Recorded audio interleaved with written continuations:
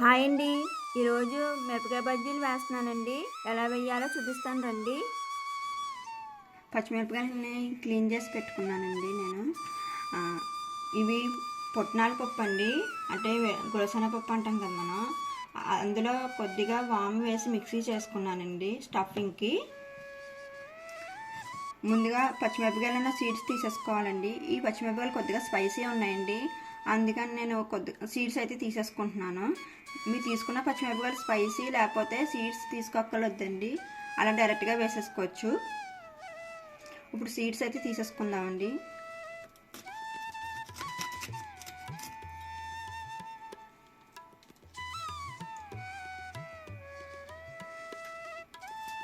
జాగ్రత్తగా తీసుకోండి.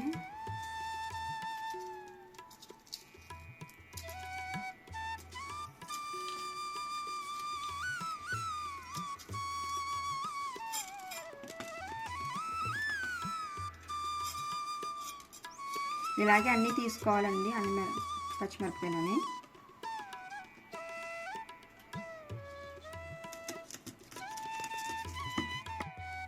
అన్ని మిరపకాయల్లోని సీడ్స్ రిమూవ్ చేస్తానండి నేను. ఇప్పుడు స్టఫింగ్ రెడీ చేసుకుందాము. ఇందులో కొద్దిగా వాటర్ వేసి కలుపుకోవాలండి.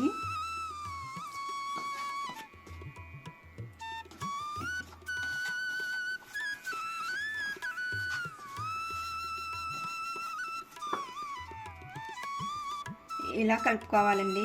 ఇప్పుడు మిరపకాయల్లో పెట్టుకుందాము.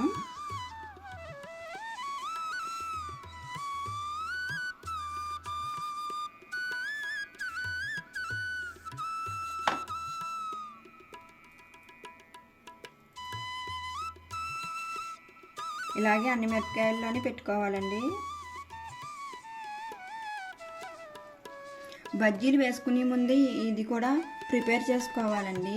నేను కొద్దిగా ఉల్లిపాయ ముక్కలు, కొద్దిగా కొత్తిమీర కట్ చేసి పెట్టుకున్నానండి. ఇవి అన్నీ కొద్దిగా వేరుశనగలు ఫ్రై చేసుకున్నానండి. ఇవి ఒక బౌల్లో వేసుకుని మిక్స్ చేసుకుందాము.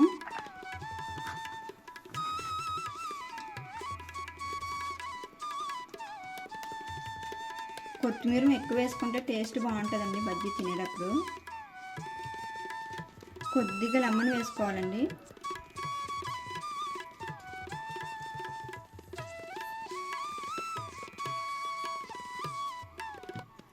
మిక్స్ చేసుకోవాలండి వీటిని. ఇలా ముందుగా చేసుకోవడం వల్ల బజ్జీలు రెడీ అవగానే అందులో పెట్టేసుకుని వేడివేడిగా తినడానికి బాగుంటాయండి.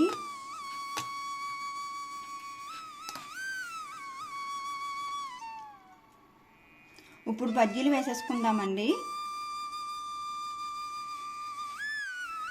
1 కప్ శనగపిండి తీసుకున్నానండి నేను.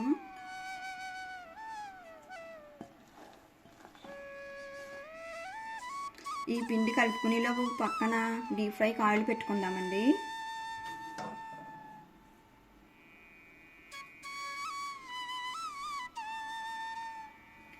ఇందులో కొద్దిగా వాము వేసుకుందామండి. కొద్దిగా సోడా అండి, ఎక్కువ వేసుకోకండి, ఆయిల్ పీల్చేసుకుంటాయి ఇవి.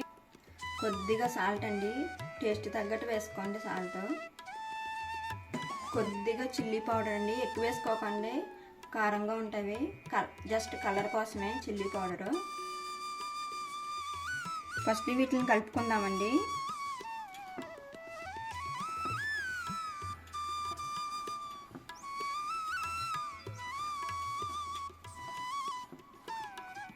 ఇప్పుడు వాటర్ వేసి కలుపుకుందామండి.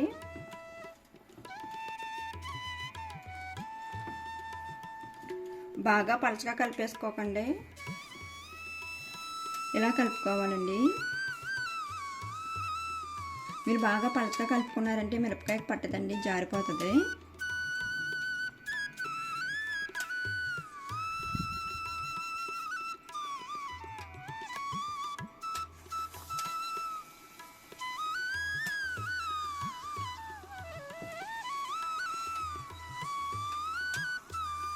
మీరు వేసేటప్పుడు కొద్దిగా మిరపకాయ కనిపించేలా వేసుకోండి. లోపల మిరపకాయ ఫ్రై అవ్వదండి, పచ్చిగా ఉంటుంది తినేటప్పుడు, అందుకని కొద్దిగా కనిపించేలా వేసుకోండి.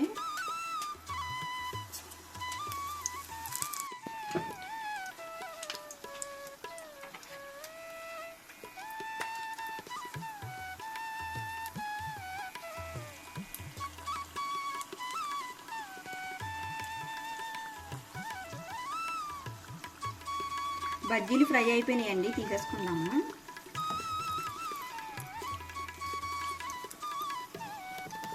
బజ్జీలు అయితే రెడీ అయిపోయినాయండి. ఇప్పుడు బజ్జీల్లో పెట్టుకుందామండి. ఈ ఆనియన్స్ని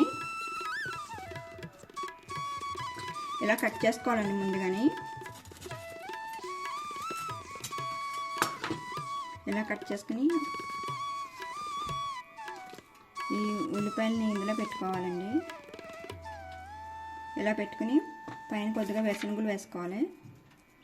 ఇలాగే అన్ని బజ్జీలు రెడీ చేసుకోవాలండి. బజ్జీలు అయితే రెడీ అయిపోయినాయండి. అన్ని బజ్జీలోని ఉల్లిపాయలు అయితే పెట్టేసుకున్నాను. చూడడానికి చాలా టెంప్టింగ్గా ఉన్నాయి కదండి, చూడగానే తినాలనిపిస్తుంది. ఈ వీడియో కానీ మీకు నచ్చినట్టయితే ప్లీజ్ లైక్, షేర్, సబ్స్క్రైబ్ చేసుకోండి.